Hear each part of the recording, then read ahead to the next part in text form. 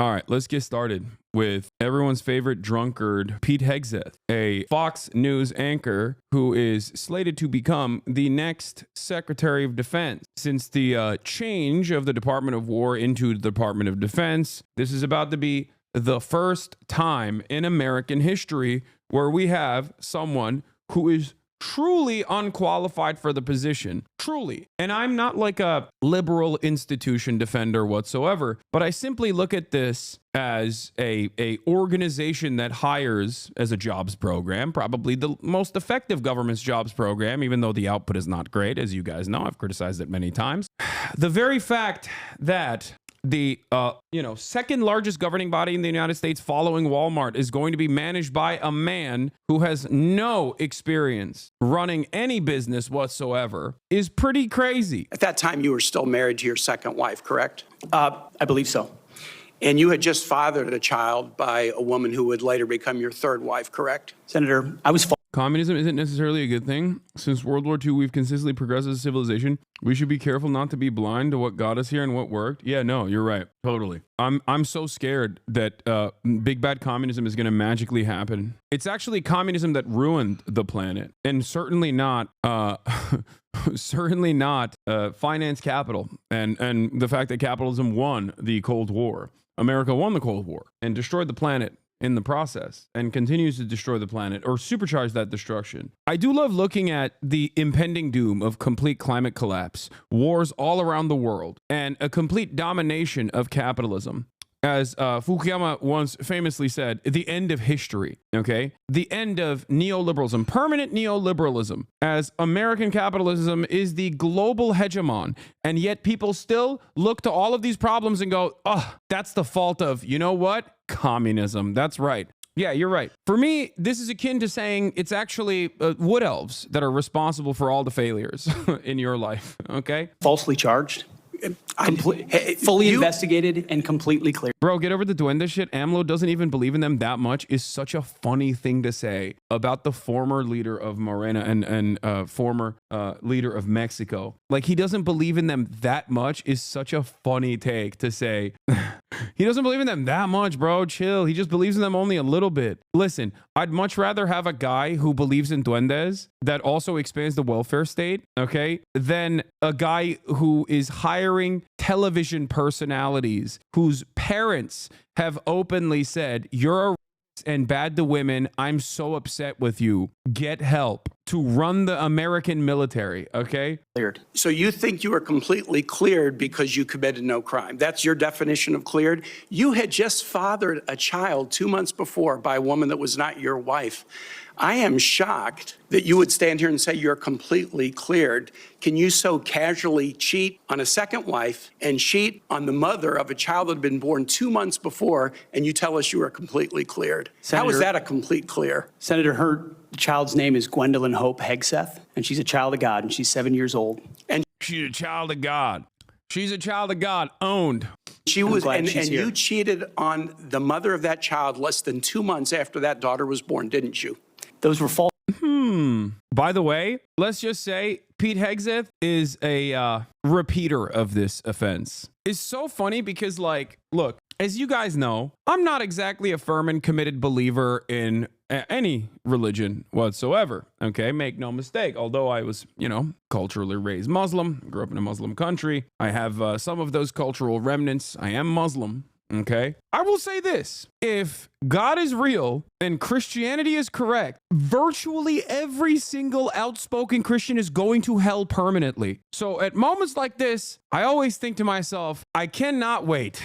I hope it's real. By my assessment, I have done very little to offend God by the rules of any of the three Abrahamic religions, with the exception of eating pork and drinking alcohol from time to time. But those are minor offenses in my opinion. I think that, this sort of stuff, hurting people consistently, seems like that's a much larger issue, I'm just saying, you're going to hell, dog. You don't believe in any of the things that you espouse. You just don't believe in it. You must not. It makes no sense. I'm lame. I hope hell is a school where these people learn, not where they suffer for eternity. That is lame, but I get that. False charges. It was fully investigated, and I was completely cleared. And I am so grateful for the marriage I have to this amazing woman behind me. You've admitted that you... I think attacking him for his infidelity is not going to change anyone's mind. They should focus on his incompetence. I think that this is a full-throated, multiple angle attack, and that's why they're talking about his infidelity, because it pisses him off and it puts him on the back. It puts him on the back foot. And also,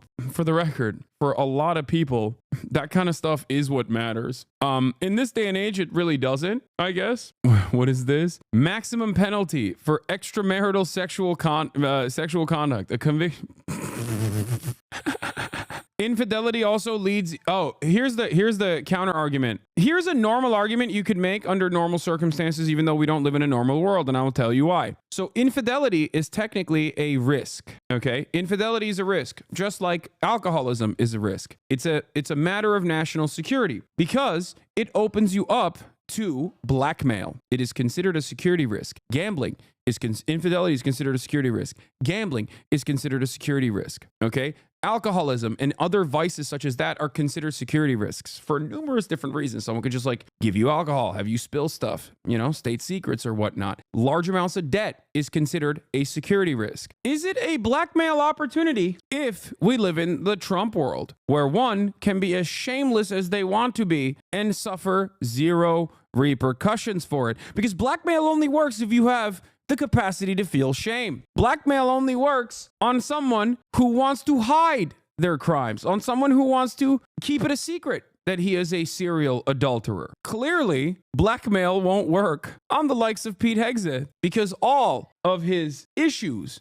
are laid bare as he sits there and openly takes it. This is one of the interesting dynamics, in my opinion, of the Trump world. Had sex at that hotel in October 2017. You said it was consensual, isn't that correct? Anything...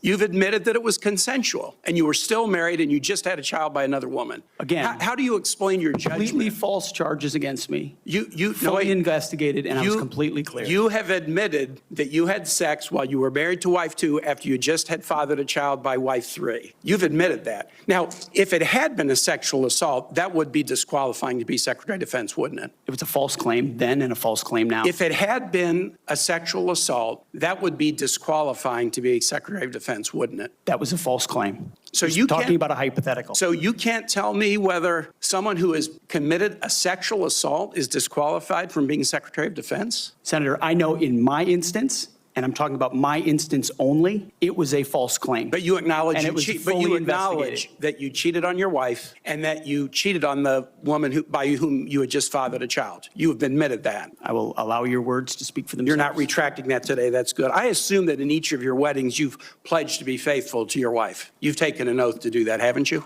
Senator, as I've acknowledged to everyone in this committee, not a perfect person, not claiming to be. But no, I just asked a simple question. You've taken an oath like you would take an oath to be Secretary of Defense in all of your weddings to be faithful to your wife. Is that correct? I have failed in things in my life, and thankfully I'm redeemed by my Lord and Savior, Jesus Christ. Oh, God. Dude, shut up. Dude, I hate people who very clearly use this like aesthetics focused, hyper religious attitude as a shield when virtually no one cares.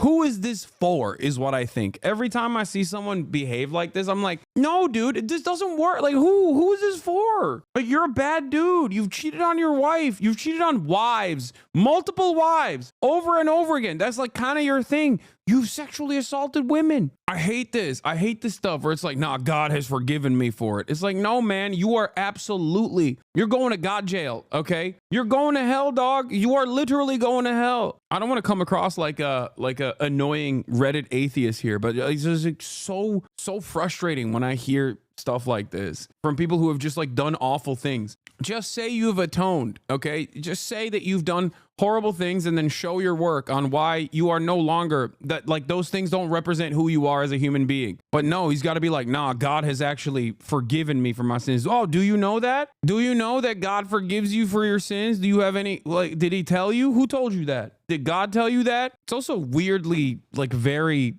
I don't know. It just comes across as like very self-aggrandizing. It's like, yeah, I got a direct line to God. In finalizing divorces from your first and second wives, were there non-disclosure agreements in connection with those divorces? Senator, not that I'm aware of. If there were, would you agree to release those first and second wives from any confidentiality agreement? Senator, it's not something I'm aware of. But if there were, you would agree to release them from a confidentiality agreement? Senator, that's not my responsibility. Did you ever engage in any acts of physical violence against any of your wives?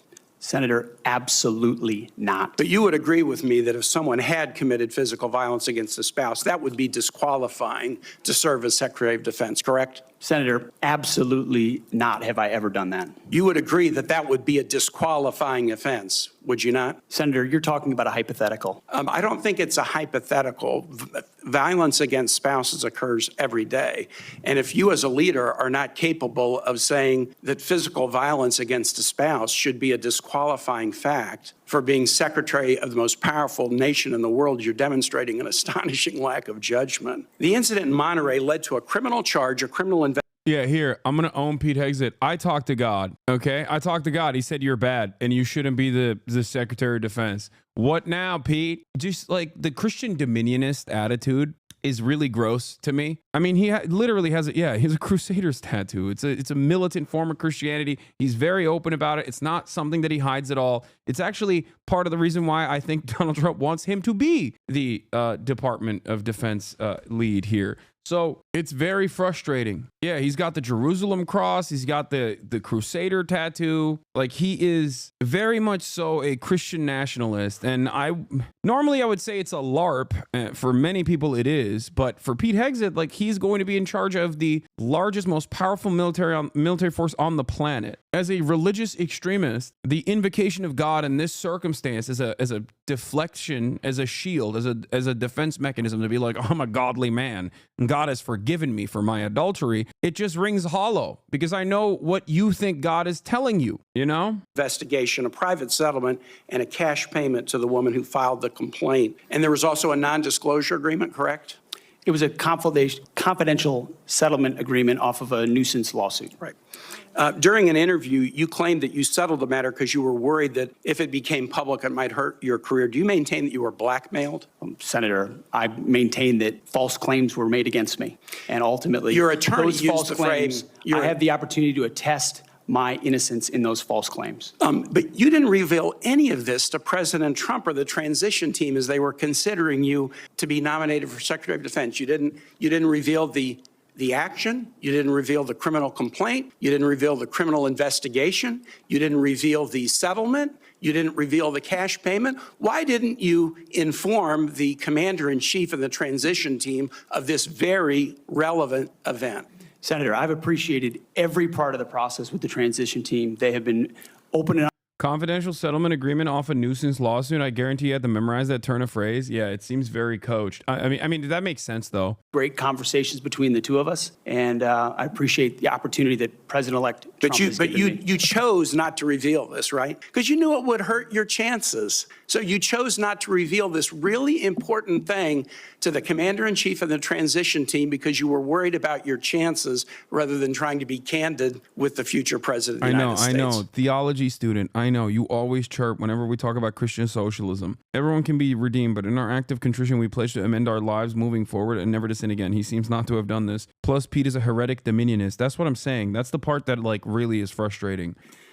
Are there any other important facts that you chose not to reveal to the president-elect and his team as they were considering you to be Secretary of Defense? Senator, I sit here before you an open book, as everyone who's watched this process. With multiple non-disclosure and confidentiality agreements tying the hands of many people who would like to comment to us. Much has been made of your workplace behavior as a leader of nonprofit veterans organizations and as a Fox News contributor.